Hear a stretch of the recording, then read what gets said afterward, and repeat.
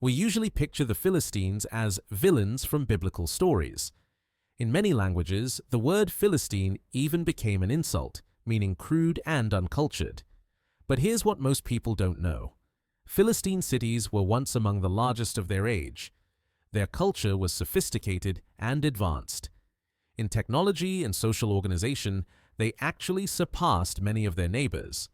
So, let's uncover the truth buried beneath 27 centuries of forgetting. During the Late Bronze Age, Egypt dominated Canaan. Cities like Ashdod, Ashkelon, and especially Gaza served as key fortresses that helped the Egyptians control the region and major trade routes running through it. This was essentially the only land corridor linking Mesopotamia and Egypt. Caravans made their last stop here before reaching the Nile Delta, and ships sailing down the coast from the north also paused in these ports. All of this brought Egypt substantial wealth. But around the turn of the 13th and 12th centuries, BC, disaster swept across the eastern Mediterranean. The Hittite Empire, which had ruled Anatolia for centuries, vanished without a trace. Mycenaean palaces in Greece burned. In Syria, dozens of fortified cities were destroyed or abandoned within a single generation. Pollen analysis from the Bronze Age layers shows that around 1250 BC, the region was struck by a severe drought, a climate crisis that triggered the cascading collapse of several Mediterranean civilizations from Greece all the way to Gaza. Out of this chaos emerged the so-called Sea Peoples, a loose coalition of displaced groups fleeing famine, destruction, and the collapse of their homelands. Egypt's first recorded encounter with them came in 1208 BC, when a Libyan chieftain named Merieh allied himself with groups such as the Ekwesh, Luka, Sherdin, Teresh, and Shekelesh, and launched an invasion of Egyptian territory. But what Egypt did next would change the entire region forever. Merneptah mustered an army, defeated the invaders, and took many of them captive. The inhabitants of southern Canaan tried to take advantage of Egypt's instability. They rebelled and expelled the Egyptian garrisons. Merneptah responded immediately. He marched into Canaan and devastated the region. The Merneptah stele describes the campaign in stark, triumphant lines. Canaan is plundered, carried off with every evil. Ashkelon is conquered, Gaza is captured, Yanoam is as though it never existed. Israel is laid waste, its seed is no more. The main wave of the Sea Peoples reached Egypt later under Ramesses III. Among them was a group that Egyptian sources called Peliset. They appear in several inscriptions, but the most important are the reliefs and texts from the Temple of Medinet Habu, dated to around 1175 BC, and the Great Harris Papyrus, written around 1152 BC. On the reliefs, we see warriors with feathered headdresses boarding ships with bird-shaped prows. They wear segmented armor and kilt-like skirts. Ramesses III boasts that he crushed these invaders, stopped their assaults on both land and sea, and captured many of them alive. After his victory, he resettled part of the captives in southern Canaan. The Peliset went to Gaza, Ashdod, and Ashkelon. The Tieka went to the port city of Dor further north. Most likely, Ramesses, like the rulers before him, settled these groups along Egypt's borders so they could serve as a living buffer against future incursions.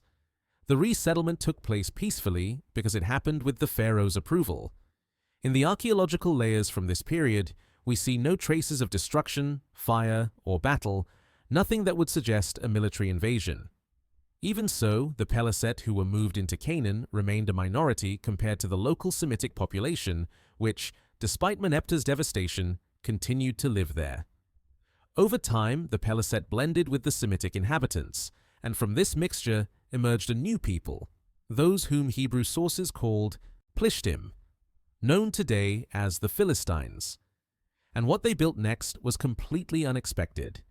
At the beginning of the 11th century BC, they established a confederation of 5 city-states along the southern coast: Gaza, Ashkelon, Ashdod, Ekron, and Gath, the Philistine Pentapolis. Each city was ruled by a Serene, a political title found nowhere else in the ancient Near East. Each Seren governed his own city, but in foreign affairs, the 5 city-states acted together, presenting a unified front and making collective decisions for the entire confederation. The exact homeland of the Peliset is still uncertain. According to biblical tradition, the Philistines came from a place called Caphtor. The Bible doesn't specify where Caphtor was, but it has been long associated with Crete, since in many ancient languages the island's name sounds similar. The Egyptians called it Keftiu, and the Assyrians and Babylonians called it Kaptara. A growing body of evidence points to an Aegean origin for the Philistines. Their material culture is filled with clear Aegean elements. Philistine pottery, both in shape and decoration, closely resembles Mycenaean and Cypriot ceramics. Yet mineral analysis of the clay shows that these vessels weren't imported. They were made locally in Canaan. Consider, for example, this figurine of a Cypriot warrior. It looks remarkably similar to Egyptian depictions of Peliset warriors. Or look at this figurine of a Philistine goddess. Her name is unknown, so archaeologists call her Ashdoda, after the city where she was found. Now compare her with a similar goddess figurine from Cyprus. Traditional Canaanite households used clay ovens for cooking, but in Philistine towns, we suddenly find hearths made from sea pebbles, a form typical of the Aegean islands. Architectural details, burial customs, and many other aspects of Philistine material culture all point in the same direction. Their roots lie in the Aegean world. Some scholars have recently suggested that the Philistines may have come from what is now Syria. This idea is based on Luwian inscriptions mentioning a Syrian state called Walistin or Palestine.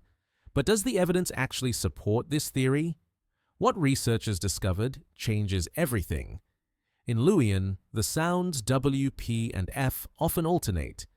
But this theory rests almost entirely on the similarity of names. The capital of Walistin has been excavated, and everything there points to a Neo-Hittite population. Moreover, the state appears to have existed not before the Philistines arrived in Canaan, but at the same time. Another hypothesis suggests that a small offshoot of the Philistines may indeed have settled in Syria, but they were quickly absorbed by the local Neo-Hittite population. In 2019, DNA analysis from Philistine cemeteries showed that early Iron Age Philistines carried 25 to 70% Southern European ancestry, closely related to ancient populations of the Aegean, Sardinia, and the Iberian Peninsula. So, overall, we can confidently say that the Philistines came from the wider Aegean world. But pinpointing their exact homeland remains impossible for now. Some evidence points toward Crete and Mycenaean Greece, while other evidence points towards Cyprus or the Aegean Islands. It may well be the Peliset were not a single people at all, but rather a coalition of tribes from different parts of the Aegean. Their language could have shed much more light on their origins, but the evidence is extremely scarce. All we have are a few Philistine words preserved in biblical texts, a handful of personal names, and some place names, enough to suggest that their language was likely Indo-European, but little more. A few Philistine tablets have been found with symbols resembling Cretan linear script, but scholars disagree on whether this Philistine linear writing is actually related to the Cretan system. The shapes and combinations of the signs differ noticeably. Later on, the Philistines adopted the Phoenician alphabet, but by that time they had already completely shifted to a Semitic language. The Philistines became Semiticized with remarkable speed within just 2 centuries. By around 1000 BC, the European genetic signature visible in the earliest Philistine burials disappears. Intermarriage with the local population diluted the newcomers' genes so thoroughly that no trace remained. Genetically, they became indistinguishable from the surrounding Semitic peoples. Yet, for another 400 years, everyone, including the Philistines themselves, continued to call them Philistines. But their culture transformed in ways nobody expected. Their culture assimilated just as quickly. In the Aegean world that they had left behind, female deities stood at the center of religious life. The tradition of the great goddess reflected in the characteristic figurines found at Philistine sites such as Ashdod. But by the 11th century BC, this female-centered pantheon had almost entirely disappeared, replaced by the gods of Canaan. Their chief deity became Dagon, an ancient grain god worshipped by the Amorites in Syria since at least the 23rd century BC. Great temples of Dagon stood in Gaza and Ashdod. In Ekron, the people venerated Baal-zebub. The Philistines also worshipped Astarte, Anat, and other West Semitic deities. At first, the Philistine city-states recognized Egypt's authority and paid tribute. But in the middle of the 11th century BC, Egypt entered a period of turmoil, fragmentation, civil conflicts, and internal wars. With Egypt too distracted to maintain control over Canaan, the Philistines threw off Egyptian rule. Their main opponents were the Israelites living to the north and east, and likely also the Amalekites and Edomites, whose lands bordered Philistia from the south. We know almost nothing about Philistine conflicts with the Amalekites and Edomites, but the wars with the Israelites are preserved in biblical tradition. In the beginning, the Israelites were a loose coalition of sub-ethnic groups, what the Bible calls the 12 tribes of Israel. In these early centuries, the Philistines had a significant advantage over the Israelites. Their strength lay in their internal unity. The Philistines always acted as a single front, while the tribes of Israel acted independently. As the book of Judges says, in those days there was no king in Israel. Everyone did what was right in his own eyes. According to the Bible, there were even moments when one Israelite tribe sided with the Philistines against another. The Philistines' second major advantage was technological. They were the first people in Canaan to adopt iron weaponry on a large scale, a technology they almost certainly brought with them. And this advantage gave them terrifying power over their enemies. As king, David dealt several heavy defeats to the Philistines. Archaeology shows that Ekron and Gath were destroyed in the mid-10th century BC. These losses undermined the old political system.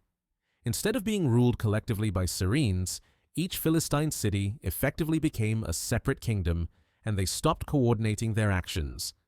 The military disaster forced a political reorganization. Even so, the Philistine cities retained their independence, even though they paid tribute to David and later his successor, Solomon. When the united monarchy split into Israel and Judah around 930 BC, the Philistine cities regained their independence and soon found themselves in frequent border conflicts with both kingdoms. In 843 BC, the Philistines, together with allied Arab tribes, even captured and plundered the Judean capital, Jerusalem. But this period also marks the beginning of Philistia's decline. At the same time, Phoenicia entered its golden age and took control of Mediterranean maritime trade, dramatically reducing the importance of Philistine port cities. Jaffa and Dor eventually fell under Phoenician control. And then the Assyrians arrived. In 735 BC, after successful campaigns in Anatolia, Urartu, and Media, Tiglath-Pileser III consolidated his rule and turned his attention to the wealthy cities and kingdoms along the Canaanite coast. A large anti-Assyrian coalition formed, bringing together Rezin, king of Damascus, the Phoenician cities under Hiram of Tyre, several Arabian tribes, the northern kingdom of Israel, and the Philistine cities of Gaza and Ashkelon. The king of Judah, Ahaz, however, chose to side with Assyria. The fighting lasted several years and ended with the destruction of the Aramean kingdom and the Assyrian capture of its capital, Damascus. Tiglath-Pileser's victory was so decisive that the remaining members of the anti-Assyrian coalition, including the Philistine city-states, laid down their arms and submitted to Assyria, becoming its vassals. Egypt was the only real counterweight to Assyria.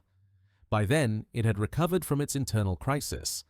But Egypt preferred to maintain a buffer zone of Canaanite states, Israel, Judah, and the Philistine cities, between itself and a powerful, expansionist Assyria. And this strategy would determine the fate of the entire region for the next 2 centuries. For the next 2 centuries, regional politics followed a predictable pattern. Whenever a revolt erupted somewhere in the Assyrian Empire, one or several Canaanite states would rise up as well, encouraged by Egypt. But Egypt's support was mostly moral. It almost never sent troops. In 724 BC, King Hoshea of Israel, relying on Egyptian backing, refused to pay tribute to Assyria. Shalmaneser V besieged Samaria, Israel's capital, and after a 2-year siege, destroyed it. His successor, Sargon II, deported its inhabitants. In 712 BC, Ekron and Gath also rebelled with Egyptian encouragement. Sargon II crushed the revolts within 2 years, destroying both cities. Though Ekron was later rebuilt, in 704 BC, Judah rebelled. The Assyrian king Sennacherib ravaged the entire country and besieged Jerusalem. King Hezekiah saved the capital only by paying an enormous ransom. And so it went. Over time, the Philistine cities lost virtually all political autonomy. During periods without rebellions or war, however, the Philistine cities prospered under foreign rule. They grew wealthy and became economic powerhouses. In the 7th century BC, their cities expanded rapidly. Ekron, for instance, grew to 35 hectares, which is around 85 acres, becoming one of the largest cities in the Near East. Chaotic early layouts gave way to deliberate urban planning: wide streets, residential districts, industrial quarters. It's in this era that Philistia became the largest producer of olive oil in the ancient world. Along the inner edge of Ekron's fortification walls, archaeologists uncovered more than 100 industrial olive presses, a production complex capable of yielding over 1,000 tons of oil a year, an extraordinary figure for that time. Under Assyrian rule, the Philistines elevated oil production to a truly industrial scale, exporting their product throughout the ancient Near East. But in the early 6th century BC, some of these presses closed as a powerful competitor emerged. Ionian Greeks revived trade in the southern Mediterranean, drove down prices, and undercut Philistia's profitable oil exports to Egypt. At the end of the 7th century BC, the Assyrian Empire collapsed and was replaced by the Neo-Babylonian Empire. And what happened next would erase the Philistines from history. In 604 BC, on the orders of Nebuchadnezzar II, the Babylonian army captured, plundered, and destroyed Ashkelon, carrying its king into captivity. The Babylonian Chronicle records the exact date, and modern excavations reveal thick destruction layers filled with ash. That same year, Nebuchadnezzar II destroyed Gaza and Ekron after a Philistine revolt. Some Philistine rulers appealed to Egypt for help against Babylon, but Egypt offered nothing. After 6 centuries on the Mediterranean coast, the brief independence the Philistines had regained after Assyria's fall came to an end under the weight of the Babylonian conquest. Nebuchadnezzar II deported much of the population of the conquered Philistine cities to Mesopotamia. Babylonian ration lists from the 6th century BC mentioned the descendants of Aga, the last king of Ashkelon, who was held in captivity along with his family. For decades, deportees in Babylonia continued to identify themselves in administrative documents as people of Gaza or people of Ashkelon. The Nippur archive, dating to the late 5th century BC, records individuals still associated with these cities. These are the last known references to people who identify themselves as Philistines before their trace disappears from history. By the end of the 5th century BC, after about a century and a half in exile, those who once called themselves Philistines had completely lost any distinct ethnic identity and were absorbed into the wider Mesopotamian population. 6 centuries after, arriving amid the Bronze Age collapse, the Philistines vanished as a people. In the Persian period, after 539 BC, the coastal lands of former Philistia were resettled, but now by Phoenicians, and almost nothing of Philistine culture survived. New populations took root on the old Philistine coast, but the Philistines left behind one legacy that would outlast everything else. Ekron is still mentioned in the 2nd century BC in the first book of Maccabees, but after its destruction in 604 BC, the city was never fully rebuilt. The name endured, but the site remained in ruins. Modern Gaza, built atop ancient Philistine Gaza, has endured such a long and turbulent history of continuous settlement that the archaeological layers from the Philistine period have been almost completely erased. It is the only city of the Pentapolis that cannot be properly excavated. The Philistines' most enduring legacy is their name. From Peliset and Plishtim comes the ancient term for the region between Syria and Egypt, Palestine. It appears first in Herodotus and then later in Aristotle, Strabo, Pliny the Elder, and even Jewish writers such as Josephus and Philo of Alexandria. And in 135 AD, after crushing the Bar Kokhba revolt, The Roman Emperor Hadrian renamed the province of Judea to Syria Palestina. The Philistines arrived as refugees from a collapsing world. They were resettled by Egyptian pharaohs as a buffer against invasion. Within 2 centuries, they had completely blended with the local population, losing their European genetic signature entirely. Their language disappeared. Their gods were replaced. Yet they remained Philistines in identity for another 400 years. They built the largest olive oil industry in the ancient world. They mastered iron technology before their neighbors. They created a unique political system that had no parallel in the ancient Near East. They fought wars, built alliances, and survived conquest after conquest. But in the end, Babylonian deportation erased them completely. By the 5th century BC, the people who called themselves Philistines were gone. What remained was only a name, one that would echo through history far longer than the people who carried it ever lived.